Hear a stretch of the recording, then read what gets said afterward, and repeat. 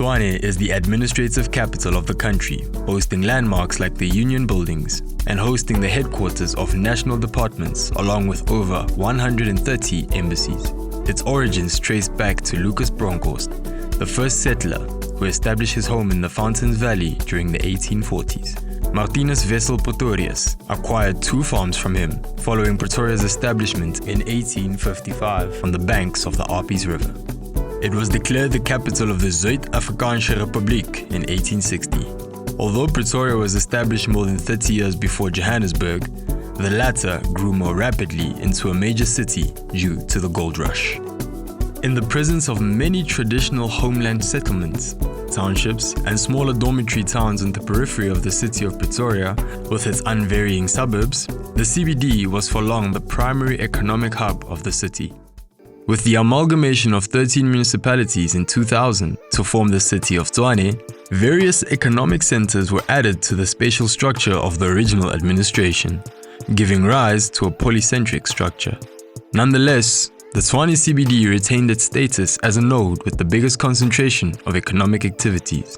This was still the case even after 2 more municipalities were incorporated in the administrative boundaries, establishing Tshwane as the municipality with the 3rd largest land area globally. The cross, created by Paul Kruger Street intersecting with the former Church Street at Church Square, defines the main spatial structure of the city. This structure originates in ancient Roman urban planning, mirroring the Cardo Maximus and the Decumanus Maximus, the principal north-south and east-west axes intersecting at the Forum or marketplace. Typically, the north-south axis was the most important thoroughfare.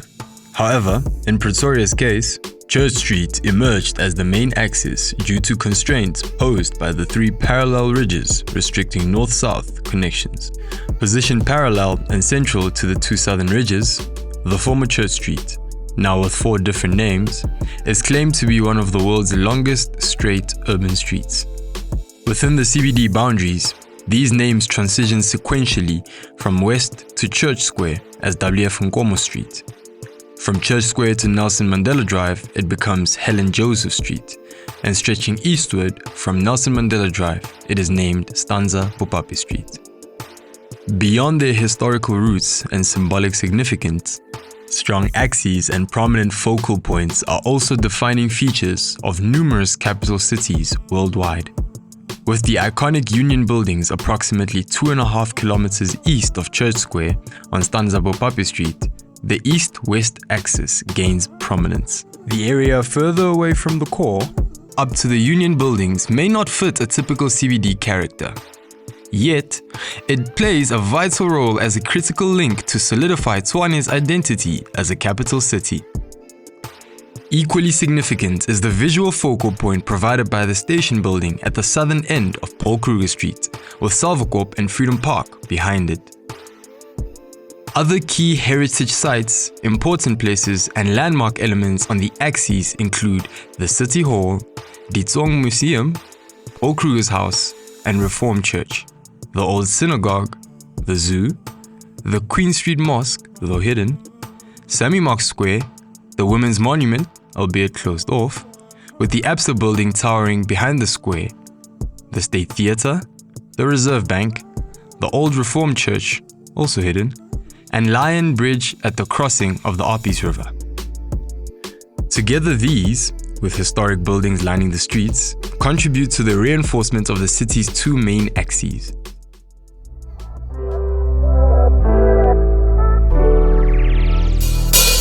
At the core of the capital identity lies Church Square. Emphasis is placed on the space as the symbolic heart of the city through a collection of historic buildings enclosing and defining the space, whilst instilling a sense of dignity. The CBD is witnessing significant recent additions in the form of massive government buildings. Notable examples include the 1.4 billion rand Stats SA building situated in Salvakorp, as well as the 1.8 billion rand Department of Agriculture, Land Reform and Rural Development head offices on the historic Berea Park Sports Ground adjacent to the Apies River. These developments align with the Rekhabisa Tshwane program, a collaborative effort between the Department of Public Works and the city of Tshwane. In support of a reinforced capital city core, the program aims to centralize government offices within the CBD. In stark contrast to areas characterized by isolated clusters of imposing office buildings, often with inactive facades devoid of any connection to the surrounding streets, are highly vibrant pockets with diverse, fine-grained economic activities. This vibrancy stems from a dynamic blend of taxi operations claiming the street space and informal trade appropriating the sidewalks. These lively, disorderly hubs are first concentrated on the southern fringe of the CBD, centered around the Pretoria train station, and secondly on the northwestern edge surrounding the Bel Ombre train station, encompassing almost the entire Marabastad area. On the northeastern corner of the CBD, the Bloot Street Mall taxi rank serves as a third focal point from where taxis spill over and consume all surrounding streets. Specifically notable are the taxis waiting and picking up pedestrians along Lillian Ngoyi Street. Double rows of taxis are lining the streets from the taxi rank southwards all the way down past the bustling intersection with the pedestrianised Helen Joseph Street. In the late 1980s, Church Street was pedestrianised, transforming it into a bustling retail walkway lined with prominent clothing and other chain stores. Renamed Helen Joseph Street, it remains the most vibrant, linear space in the city. However, its character has changed significantly.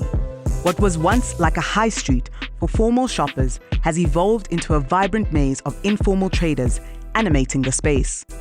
Navigating through the center of this busy area, one finds the names and storefronts lining the space, fading into the background, with an emphasis on the wide range of informal activities shouting for attention. Over recent years, the character of the city of Tshwane has changed drastically, yet its fundamental identity remains rooted in politics and administration. With an economy driven mainly by government activities, initiatives have a notable absence of an entrepreneurial spirit. In general, rule-based solutions where risk-taking is minimized in the decision-making process are favored above risky, innovative solutions. The CBD has a handful of main property owners, but does not have the luxury of many big corporate investors with large investments being able to spend time and money on large initiatives outside of their property boundaries. Apart from a few private entities, the government, as a public institution, is the biggest role player. However, its role, despite the connotation of public, is narrowly confined to its own premises. Government buildings stand as fortified enclaves, detached from the surrounding urban fabric, where not even public squares are provided as extensions to the street space.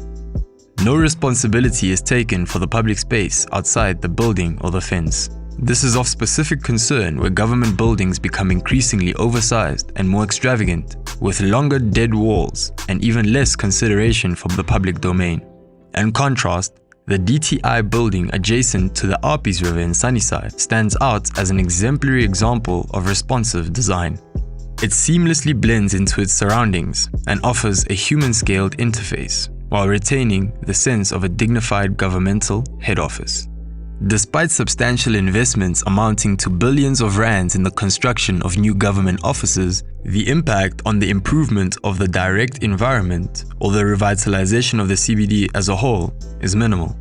A glaring example is the challenging conditions experienced on the doorstep of the imposing Status A building. Existing buildings are frequently declared unfit for occupancy. Recent headlines have featured the South African Air Force headquarters, the police headquarters, and the Tshwane Event Center amongst those. The skeletons of Schubert Park and Kruger Park, adorning the skyline for more than a decade, stand as testimony to poor urban management, a lack of maintenance, and a potential maze of bureaucratic hurdles alongside a lack of political will to effect change in the area. Even heritage sites like the iconic Café Riche building and Capitol Theatre on Church Square, as well as the old synagogue on Paul Kruger Street, are not saved from decay. Despite numerous plans, persistent advocacy from pressure groups, and promises of restoration coupled with potential revenue streams from tourism, these historic landmarks continue to deteriorate. Additionally, the promising initiative of constructing the new Women's Monument in 2016, which had the potential to create a functional public square and attract more tourists to the CBD, has fallen short. Instead of a bustling public space, a fenced-off area and an unused building now occupy the corner of Lillian Ngoyi and Helen Joseph Streets. Lastly, incomplete plans often leave areas in a state of disarray, as seen with the stalled transformation of the historic Caledonian Stadium into a world-class landmark inner-city park, where initial groundwork remains untouched for years. Numerous derelict buildings and abandoned structures in the CBD are invaded by homeless individuals, frequently also grappling with substance abuse issues. While homelessness remains a pressing issue in the CBD, Tshwane is fortunately spared the rampant problems of hijacked buildings and slumlords terrorizing vulnerable individuals and families. Nonetheless, safety concerns have escalated in the CBD in recent years, to the extent that some employees are even shuttled between their parking and office locations merely a block apart. This growing sense of insecurity exacerbates the feeling of detachment from the CBD, further contributing to a downward spiral of urban decay. As offices relocate from the CBD, vacancy rates continue to increase. The focus of new developments primarily shifts towards residential projects. Social housing complexes in the northwestern sector of the CBD were specifically welcomed. Private sector entities also play a role in boosting the residential market by erecting new buildings and repurposing old office blocks into high-quality apartments, complete with essential social amenities. Unlike the government-sponsored social housing projects, which are isolated behind fences and set back from street edges, private developments seamlessly integrate with the urban fabric. The facades of buildings define the street space, with the interface following the continuous line along the street created by adjacent buildings. Despite facing challenges, the city of Tshwane municipality remains determined to realize its vision of becoming an African capital city of excellence. The CBD boasts a well-designed spatial layout characterized by two primary axes, a central focal point, and striking views and vistas of landmark structures, all essential components for a capital city. Supporting this foundation are key components including heritage sites, symbolic governance structures, and prominent civic elements. The municipality's strategic plan to reinforce and enhance the capital structure through targeted interventions across 8 precincts are commendable and indicative of a commitment towards progress. Since its inception in response to the President's call in 2004, the Rekhabisha Tshwane program has yielded limited results in terms of the revitalization of the CBD. This raises questions about the effectiveness of a revitalization strategy solely reliant on this initiative that hinges on a successful implementation by other role players. While it is crucial to maintain a top-down focus on the design-driven development of the capital city, the successful transformation of the CBD also necessitates proactive and innovative grassroots programs. These initiatives should transcend mere planning and design of large-scale projects. It should also move away from simple enforcement of bylaws, focusing instead on holistic and sustainable programs targeting vulnerable communities and individuals.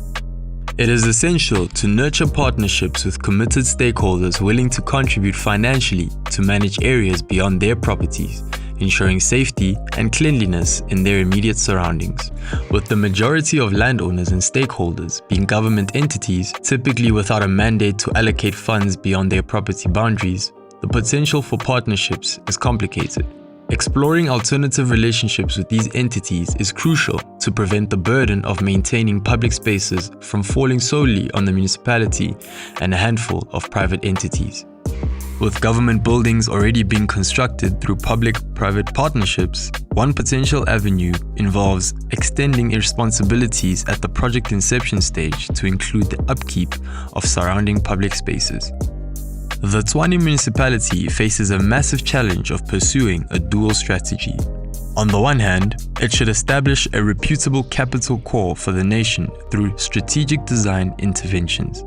On the other hand, it should cultivate a welcoming and inclusive home for the city's residents by implementing proactive and innovative social programs. This two-pronged approach reflects a commitment to the revitalization of the Tshwane CBD by both elevating the city's status as a capital and improving the quality of life for its inhabitants.